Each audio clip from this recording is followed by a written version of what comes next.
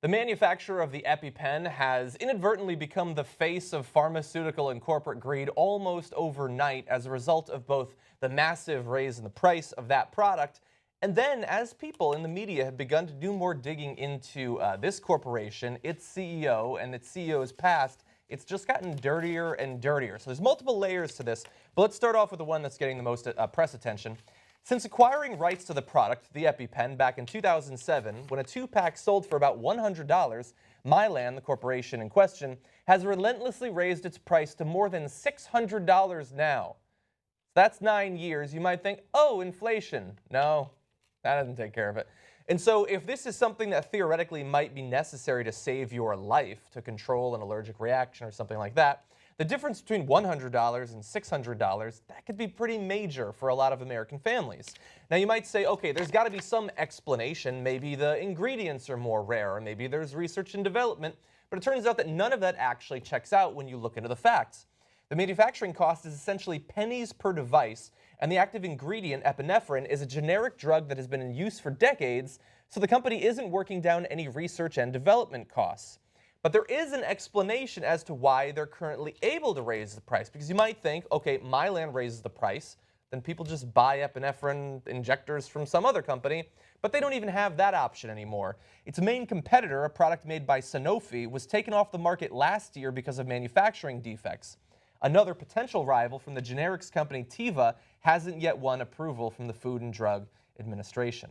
And so basically what you have here is there's no competition for the product, and despite the fact that the chemicals don't cost anymore, the manufacturing doesn't cost anymore, and there's no research and development since they already bought a product that had existed for quite some time, they have simply chosen on their own to raise the price. Okay, and then there's the issue of who's the CEO. Mm-hmm. Oh, there's a lot of issues, but that's also an issue, yes. Who happens to be the daughter of the senator from West Virginia, Joe Manchin. So her name is Heather Bresch, and not only do they have the daughter of a United States senator, but they wanted to cover their bases so that they also donated to his campaign. Yeah. So now let's break down all the different issues here. Number one, there's systemic corruption here in the issue of, by the way, some senators are looking into it from both sides of the aisle. Mark Warner, who's a Democrat, and then my friend from Iowa, Chuck Grassley. Amy Klobuchar had a lot of great quotes as well. Right, and he's not my friend. Okay, but Manchin's like kind of backpedaling, like, what? My daughter's making a lot of money. I don't know. Oh, I made money from that too. Oh, she gave $60,000 to moi? Huh? I didn't know that. I could buy like 6 EpiPens with that. Okay, so, well, what does that affect? How does that affect us? So one argument to make, if we had an effective government that actually protected the American people and the American markets, is you say, well, this is a monopoly situation. This is exactly what's wrong with a monopoly. You say, well, you need this thing to save your life, so I'm going to charge you as much as I humanly can, or actually non-humanly can, as much as a corporation can. Yeah. And so that's when the government needs to step in and protect its citizens.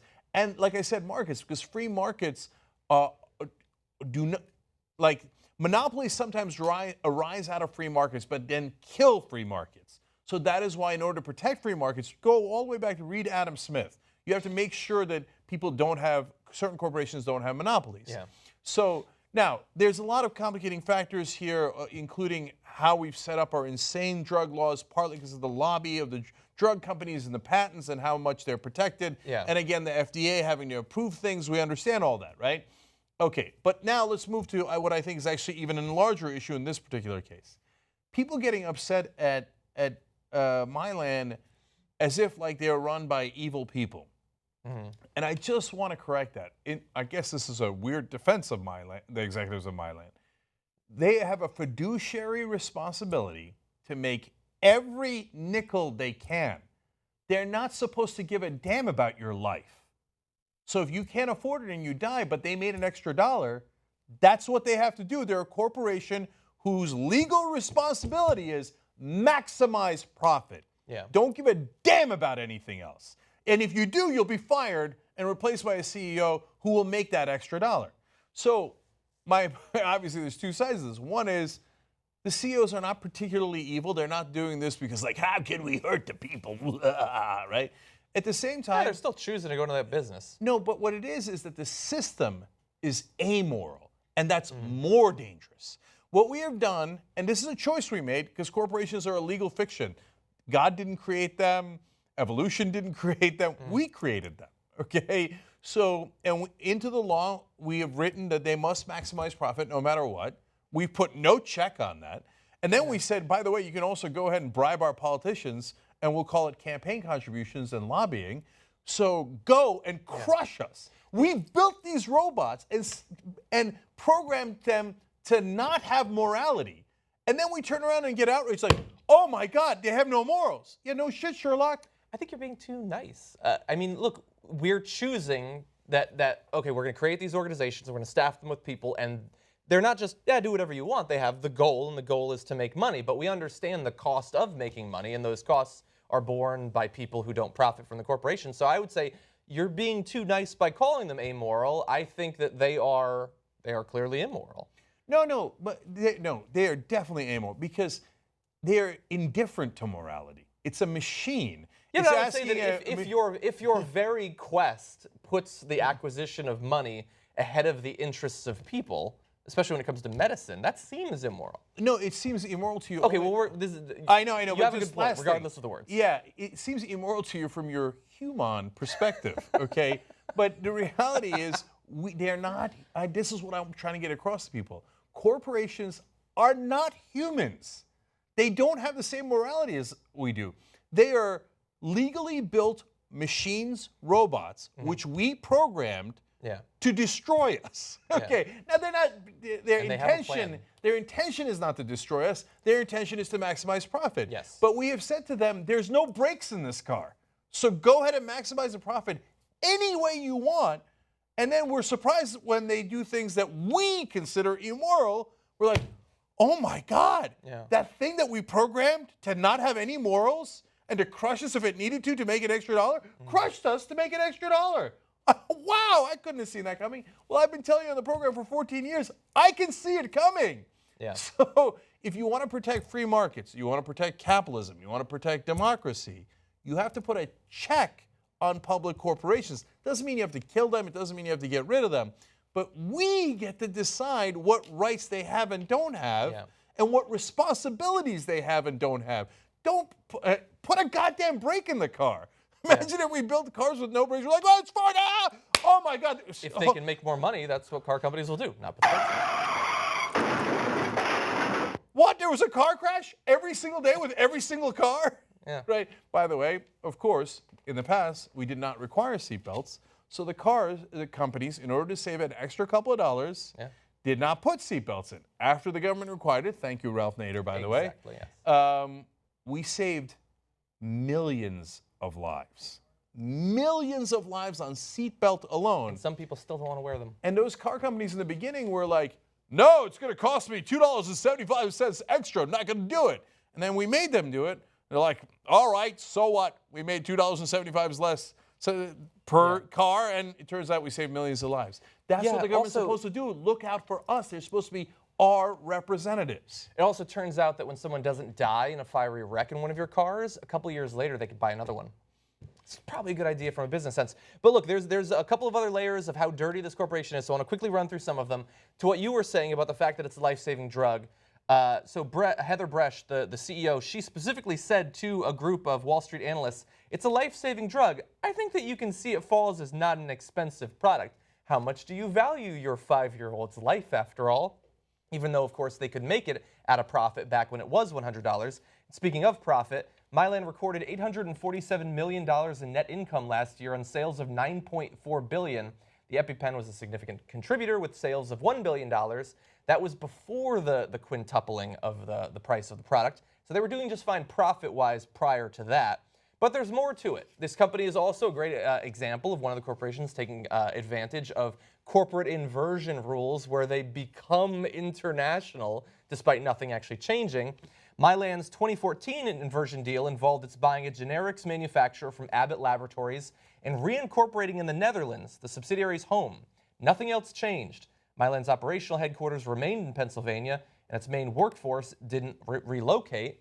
Now, a little bit this is mixed up, but obviously they did that not because they had any attachment to this particular subsidiary or the Netherlands. They did it for tax purposes, and Mylan's effective tax rate has been only 16.3% or 0.2% in 2013, rising to 20% in 2012, back down to 17.7% in 2011. Now compare this to the tax rate that you have been paying over the course of those years, and you might understand why they are benefiting so much from this inversion deal.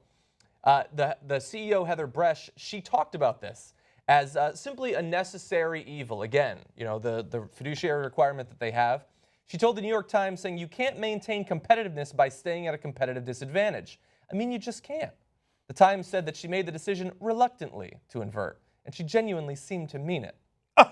Oh, okay. Oh, wow. So, and that was the only explanation why she did it. It didn't have anything to do with how it might benefit her, despite the fact that proxy filings show that from 2007 to 2015, Heather Bresch's total compensation went from $2.4 million to $18.9 million, wow. a 671% increase, which is really just keeping pace with the rise in the price of EpiPens. But you see, John, there was nothing she could have done. Yeah. And she was so genuine when she said, I prefer making $18.9 million.